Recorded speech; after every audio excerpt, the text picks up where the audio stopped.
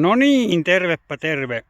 No niin, mulle sanottiin täällä YouTubessa eräässä viestissä, että eihän toi Hannes Myrsky mukamas ole tehnyt oikein täällä minkäänlaisia tuhoja, mutta kattokaas tätä. Tällaista jälkeä se on ainakin saanut. Nimittäin täällä on mänty kaatunut tielle. Täällä on mänty kaatunut tielle. Tästä ei pääse.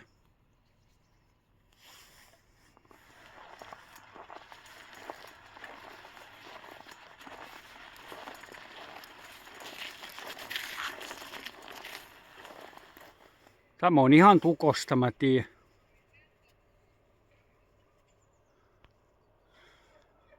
Tuolla on toi laavu, mistä mä puhuin yhdellä videolla. Täällä on kuule ihan kuule puu ees. Tästä ei mennä, ei. Kovaa se on kuule jytissyt täällä eilen, kun täällä on puukin kaatunut. Tällaista.